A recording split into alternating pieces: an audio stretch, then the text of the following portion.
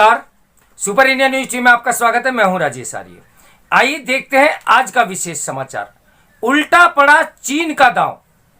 शीतकालीन ओलंपिक में बुरी नीयत से भरी चीन की हरकत पर भारत की प्रतिक्रिया ने केवल उचित बल्कि श्रद्धा समय अनुकूल भी है। कभी कभी अपना ही कोई दांव उल्टा पड़ जाता है। मसलन आप बेहतरी के लिए कुछ भी करना चाहें तो नतीजा बदतर साबित हो। शीतकालीन ओलंपिक के मामले में चीन के साथ यही हुआ। अपनी सॉफ्ट पावर यानी सांस्कृतिक एवं सहभागिता की शक्ति बढ़ाने की मंशा में से चीन ने शीतकालीन ओलंपिक के आयोजन की जो कवायद की वह अपने लक्ष्य से भटक गई। वैश्विक महामारी कोविड के कारण चीन की अंतर्राष्ट्रीय छवि पहले से ही खराब है। उसे सुधारने के बजाय यह सवाल उठाने वाले देशों को धमकाता ही दिखा। ऊपर से समकालीन भू राजनीतिक स्थितियों में भी तनाव घटाने की बजाय वह तनाव बढ़ाकर अपने हित के साधने में फिराक में है। स्वाभाविक है कि इस सब का असर बीजिंग में चल रहे उन शीतकालीन ओलंपिक खेलों पर भी पड़ रहा है जिन पर उनकी शुरुआत से काफी पहले ही ग्रहण का साया मंडराने लगा था। अमेरिका की अगुवाई में पश्चिमी देशों ने पहले से ही इन खेलों के राजनीतिक बहिष्कार का ऐलान कर दिया। चीन ने इससे कोई सबक नहीं लिया बल्कि वैश्विक समुदाय को आश्वस्त करने का कोई प्रयास भी नहीं किया। उल्टे यूक्रेन पर रूस अमेरिका के गतिरोध में अपनी रणनीति हित साधने की तैयारी में लग गया। मानो इतना ही पर्याप्त नहीं था। चीन द्वारा गलबन संघर्ष से जुड़े एक सैनिक को सुनियोजित ढंग से खेलों की मसाल थमाने के बाद जो भारत का धैर्य भी जवाब देगा, उसने इन खेलों के राजनीतिक बहिष्कार का उचित फैसला किया। इस पूरे वृत्तांत से एक बात तो तय है कि चाहे कितना ही बड़ा कोई वैश्विक आयोजन क्यों ना हो, किंतु चीनी कम्युनिस्ट पार्टी के लिए अपने राजनीतिक रणनीतिक हित सबसे ऊपर हैं। इसका यह ढकोसला जग जाहिर हो गया कि वह खेलों को राजनीति से इतर नहीं रख सकता। यह बात बीते दिनों टेनिस स्टार बेंग सुई के प्रकरण से भी साबित हो गई, जिन्होंने एक दिग्गज नेता पर शोषण के आरोप लगाए थे। हालांकि बात में ये उन आरोपों से पलट गई, लेकिन इससे यह स्पष्ट हो गया कि खेलों की दुनिया में भी कम्युनिस्ट की कितनी बड़ी गहरी पैठ है। ओलंपिक खेलों की शुरुआत से पहले ही यह दिख रहा था कि कोरोना संकट के साथ ही शिनजियांग में उइगर मुसलमानों पर चीनी सरकार के उत्पीड़न, हांगकांग से लेकर ताइवान तक निरंकुशता आक्रामकता से कुपित वैश्विक समुदाय और विशेषकर पश्चिमी देश किसी न किसी रूप में इस आयोजन का बहिष्कार जरूर करेंगे। चूंकि खिलाड़ी ऐसे खेल महाकुंभों के लिए कई साल से मेहनत कर रहे होते हैं, इसलिए उनके परिश्रम पर कहीं पानी न फिर जाए, इस पहलू को ध्यान में रखते हुए भी यह भी माना जा रहा था कि खेलों का पूर्ण बहिष्कार नहीं होगा।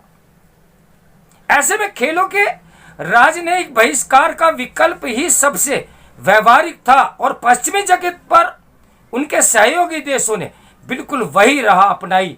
चीन ने शुरू में इसे गंभीरता से नहीं लिया। ये महज इसे स्वयं पर दबाव बनाने की रणनीति का हिस्सा मानता रहा। उसे पूरा विश्वास था कि अपनी ताकत से वह खेल आयोजन को पूरे समय सफल बना पाएगा, लेकिन उसकी यह उम्मीद चकनाचूर हो गई। यही कारण है कि अब वह रक्षात्मक हो रहा है। जब दुनिया के दिग्गज देशों ने चीन से कन्नी काट ली तो रूस के राष्ट्रपति व्लादिमीर पुतिन के साथ उसके जो बड़ी राहत लेकर आया। पुतिन खेलों के उद्घाटन समारोह का हिस्सा बने। रूस और चीन की बढ़ती नजदीकियों का अंदाजा इसी तथ्य से लगाया जा सकता है कि पुतिन दुनिया के पहले ऐसे नेता हैं जिससे चीनी राष्ट्रपति ने पिछले करीब 20 महीनों के दौरान पहली बार प्रत्यक्ष मुलाकात की। इस मुलाकात में शी ने जहां यूक्रेन और नाटो के मसले पर पुतिन के मन की बात कही, तो पुतिन ने भी बदले में चीन के लिए गैस आपूर्ति बढ़ाने जैसे कई महत्वपूर्ण अनुबंधों को हरी झंडी दिखा दी है। जहां यूक्रेन के मुद्दे पर चीन ने कहा कि अमेरिका और उसके नाटो सहयोगियों को शीत युद्ध जैसे माहौल का निर्माण करने से बचना चाहिए, वहीं पुतिन ने भी ताइवान को लेकर वन चाइना पॉलिसी के प्रति अपनी प्रतिबद्धता जताई है। इन दोनों देशों का इस कदर नजदीक आना न केवल अंतर्राष्ट्रीय समुदाय बल्कि भारत के लिए भी बहुत बड़ी चिंता का विषय है।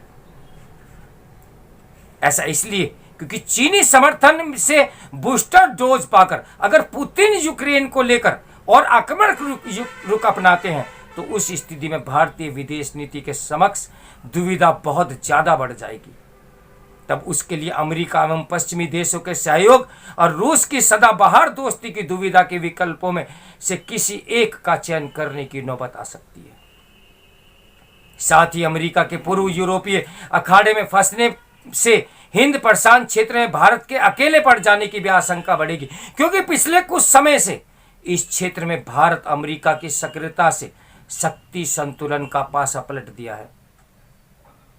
इसमें कोई संदेह नहीं कि भारत द्वारा शीतकालीन ओलंपिक का राजनीतिक बहिष्कार करने से इन खेलों की आभा अब फीकी पड़ गई है। चीन की छवि पर सवालिया निशान और गहरे हो गए हैं।